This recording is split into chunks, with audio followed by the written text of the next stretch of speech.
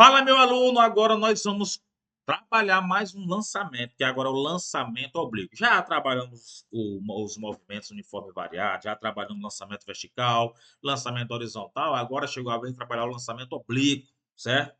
Digo a vocês, não deixe de se inscrever neste canal, de curtir e dar aquele like aí pra gente, né? Progredir cada vez mais. O que eu quero aqui é que você seja aprovado. Vamos junto, meu querido. Vamos lá. Lançamento oblíquo, certo? Como o lançamento oblíquo de um corpo produz um movimento parabólico, podemos analisar separadamente suas componentes. Aí aqui nós vamos tratar novamente as componentes vertical e horizontal, como a gente já tem feito no outro. Lançamento vertical e horizontal, tá certo? Precisa ser analisado aqui. Então, vou botar aqui uma figurinha, ó, pronto. O que a gente mais vê é esse tipo de movimento. Um tiro de meta, em um jogo de futebol, um cara lança a bola para outro, o goleiro dá um tiro de meta. Lançamentos de mísseis, por exemplo, daqueles caminhões que tanque, né? Ou o próprio tanque faz aquele lançamento de míssil para poder, né, atingir o seu oponente. E assim todos eles estão submetidos a esses dois tipos de movimento que a gente chama de componente ou projeções, vertical e horizontal. Beleza? Bom, primeiro de tudo a gente considera aqui o plano cartesiano, né? Então se você for analisar aqui essa bola aqui, nós vamos ter um plano cartesiano, ó.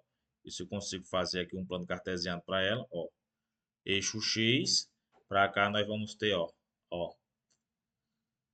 eixo Y, certo? Então, é no meio desses dois. Aqui, ele vai formar aqui um ângulo θ de lançamento, ó. Ele forma um ângulo θ de lançamento. Trocar aqui a caneta só para... Ele forma um ângulo θ de lançamento, ó. Bem aqui. E aqui nós vamos começar logo nas projeções, ó. Aqui nós vamos ter, no pé do garoto aqui, esticar a mão um pouquinho aqui só para você visualizar, nós vamos ter a velocidade inicial de lançamento, ó, a chamada V0. Aqui embaixo, relacionada à horizontal, nós vamos ter a velocidade Vx, que é a componente horizontal, certo? Que já adianto para vocês, trabalham o movimento uniforme. E aqui nós vamos ter, como ele está saindo inclinado, ou seja, ele está saindo na diagonal ou obliquamente, esse nós vamos ter o V0Y, diferente do lançamento horizontal que não tinha o V0Y, mas esse nós precisamos ter o V0Y. Beleza? Mais uma coisa, nós sabemos que a gravidade aqui, ela está para cá, e aí como o corpo vai subir, eu já disse para vocês, eu vou logo direto ao ponto, né? Às vezes eu substituo logo a aceleração escalar pela aceleração da gravidade para você estar atento logo e não errar. E aí já levo junto o sinal, beleza? Como aqui nós vamos primeiro ter um lançamento para cima e o eixo Y é orientado para cima, e a bola precisa subir, a nossa gravidade nessas formas será igual, negativa. Negativa. No primeiro, que era o lançamento horizontal, ela era positiva, porque o corpo estava em queda. Mas aqui o corpo está em ascendência, ele está subindo, então o primeiro vai ser negativo. Beleza? Muito bem. Considerando algumas análises aqui, ó, nós vamos ter para cá, continuar com esse Vx, ó. Aqui nós vamos ter um Vy, né? Para cá, nós vamos continuar com Vx. Para cá, nós vamos ter um Vy menor ainda, porque ele vai diminuindo, né? Quando chegar na altura máxima, Vy se iguala a zero. Na altura máxima, Vy se iguala a zero. Por quê? Porque o corpo muda de sentido. Deixa de subir e vai começar a descer.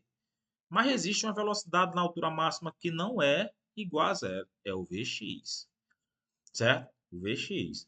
Aqui agora o Vx continua, porque ele é constante, ó, ele vai continuar, porque é a velocidade da componente horizontal, ou seja, a bola continua indo para frente, mas agora ela não está mais subindo, ela começou o movimento de queda, então vou ter um Vy aqui, ó.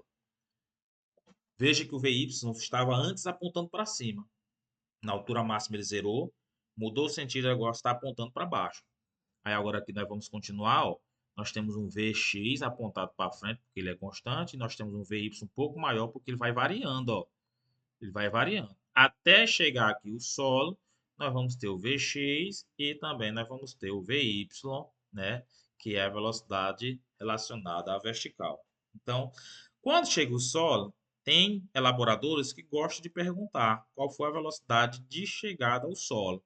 Essa velocidade de chegada ao solo, você vai usar aquela velho Pitágoras, porque nós temos aqui entre a velocidade Vx, que é constante, e a Vy, que é variável, um ângulo de 90 graus. Formando uma das partes de um triângulo retângulo, nós podemos calcular isso aqui como V ao quadrado igual a Vx ao quadrado mais Vy ao quadrado. Então, essa funçãozinha aqui, essa formulazinha aqui, você pode deduzir a velocidade vetorial de chegada ao solo por teorema de Pitágoras. Beleza? Muito bem. Levando isso em conta, agora nós vamos analisar outros pontos aqui, ó. Por exemplo, se você pegar em consideração aqui, nós vamos ter o que a gente chama de altura máxima. A altura máxima. Essa altura máxima aqui é com relação ao Sol. A altura máxima é justamente o ponto onde a aceleração da gravidade vai o quê? Ela vai anular. Ó. Deixa eu botar aqui outra cor. Essa é a altura máxima, certo? E aqui na horizontal nós vamos ter o chamado alcance, né? O chamado alcance, que é de onde a bola sai até onde a bola retorna ao solo. Então, é o chamado alcance. Então, nós temos para cá o movimento uniforme, certo? Nós temos para cá o movimento uniforme no eixo horizontal. No horizontal, nós temos o movimento uniforme, onde você vai calcular que x é igual a Vx vezes o tempo. Eu só peço que tome cuidado com o tempo. Por que tome cuidado com o tempo? Porque aqui, às vezes, este tempo pode ser igual o tempo que o corpo vai levar para subir, né? Mais o tempo que o corpo vai levar para descer. Então, às vezes, quando você acha pela altura máxima, você está achando apenas o tempo de subida. E aí, para você achar o alcance, você tem que dobrar esse tempo, né? Vamos supor, você achou 2 segundos para o corpo chegar na altura máxima. Se ele tiver que voltar ao mesmo ponto de lançamento, ele vai levar mais 2 segundos para poder chegar ao solo novamente. Então, você vai botar para o alcance 4 segundos. E for 2 de subida, mais os 2 de descida. Ok? Na vertical, nós temos o movimento variado. Mas antes, tem duas coisinhas que você não pode deixar de calcular. O Vx, né? Já vou direto. V0 vezes o cosseno do ângulo θ. E o V0y, que vai ser V0 vezes o seno do ângulo θ. Esses dois aqui, meus queridos, às vezes a gente precisa calcular antes mesmo de resolver a questão, porque eles são muito requisitados nas perguntas das questões posteriores. Ou seja, o cara às vezes quer saber o tempo, quer saber a altura máxima, aí você já precisa do V0y. Quer saber o alcance, você já precisa do Vx. Então eu aconselho estar sempre atento, certo? É só pegar o Vx, é o produto da velocidade inicial vezes o cosseno do ângulo θ. E Vy é o produto da velocidade inicial vezes o seno do ângulo θ. Então você já pode estar buscando calcular essas duas projeções. Só lembrando a você que esse aqui é do movimento uniforme e esse outro aqui é do movimento uniformemente variado. Beleza? Para o eixo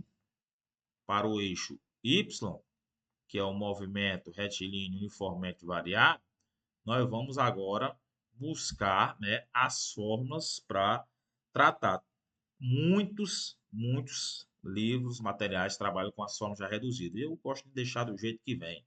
Então, eu tenho que Vy é igual a V0y menos GT, né? Por que menos? Porque primeiro ele vai subir, a gravidade é negativa. Agora tem V0y, que você calcula essa projeção aqui, ó. Tem V0y, diferente do horizontal, que não tinha. Beleza? Posso usar Vy ao quadrado igual V0y ao quadrado menos 2 vezes a gravidade vezes a altura. Tem aluno que pergunta, professor, onde é que eu aplico essa forma? Eu sei a forma, mas não sei usar. Preste atenção, veja o que tu tem de dados, veja o que tu precisa. Se tu tem algum dado e precisa de outro, vai ter que encaixar em alguma dessas fórmulas, certo? Então, veja lá. Eu não posso dizer para você que a primeira é para usar para caçar só tempo. Não, pode ser para calcular a velocidade y, até V0y, se for o caso. A segunda para usar. A segunda você usa geralmente quando não tem tempo, mas pode calcular a altura, pode calcular a velocidade de x, certo? Você agora tem que a altura é igual à altura zero, que nem precisa botar, que é zero mesmo, V0y, ó, menos G t ao quadrado sobre 2. Então, essas fórmulas aqui, ó, que vocês estão usando aqui agora, está se referindo ao eixo X, porque o eixo X ele trabalha com movimento retilíneo uniformemente variado por conta da gravidade. E a gravidade aqui é negativa. Veja que essas fórmulas são as que eu gosto de utilizar. Claro que elas têm, quem sabe as reduzidas, já que já são bem tem uns termos isolados, tá valendo. Agora, como eu já venho trabalhando no movimento variado, no movimento vertical, no movimento horizontal e no movimento oblíquo, eu vou continuar trabalhando a mesma, né, as fórmulas nas mesmas proporções que eu vou achar os mesmos resultados, certo? Só tendo a atenção que no lançamento oblíquo o tempo precisa ser dobrado se você calcular esse tempo até a altura máxima. Tendo a atenção também que na altura máxima a velocidade de y é nula, porque o corpo precisa mudar de sentido. O corpo precisa mudar de sentido, então ele estava subindo, passa a cair, visto que ela é responsável pela variação, ela é variada. A velocidade do movimento vertical, tá certo? Que é o VY, ela é variada. A gravidade é que é constante, que tanto na subida quanto na descida vale 10. A aceleração da gravidade não muda, beleza? E Vx, que é a velocidade horizontal, também é constante, ela não vai mudar. Na altura máxima só temos uma velocidade, que é a componente horizontal, ou seja, que é a projeção Vx, que é o Vx. E a componente vertical, ela é nula, porque o corpo precisa mudar de sentido. Quando você for responder questões, analise. Se a questão falar assim, na altura máxima a velocidade é nula, qual? Qual é a velocidade? Ele tem que se referir. Ele tem que, se não referir, você vai dizer que é falso. Agora, se ele se referir na altura máxima a velocidade da componente vertical é nula, verdade. Na altura máxima a velocidade da componente horizontal é nula? Não, ela é constante, ela não é nula na altura máxima. A única velocidade que nós temos na altura máxima é da componente horizontal, que é Vx, que do começo ao fim ela não muda o valor. Um ângulo, para se ter um alcance máximo, ele tem que estar submetido a 45 graus. Geralmente é o ângulo de lançamento, né? Quando a gente tem aquelas experiências de lançamento de foguete, né? Que é a Mobfog, por exemplo. Ou quando tem inclinações em algumas academias, que a pessoa utiliza lá para poder fazer exercício de pernas, e outros vários exemplos, eles têm um ângulo de 45 graus. Esse ângulo de 45 graus faz o quê? Faz com que você tenha um alcance máximo. Ângulo maior do que isso, você ganha altura, mas não ganha alcance. Para ter o alcance máximo, entre 0 e 90, o ângulo de tiro tem que ser 45. Beleza? Não tem erro. Gente, se você pegar esse resumo aí, se você estudar, você anotar, partir para as questões, não tem erro. É a aprovação certa. Tenha certeza disso, beleza? Forte abraço, tamo junto, espero que você tenha entendido. Reveja o vídeo quantas vezes necessário. Vamos avançar e vamos botar mesmo, é para valer e aprovar. Valeu!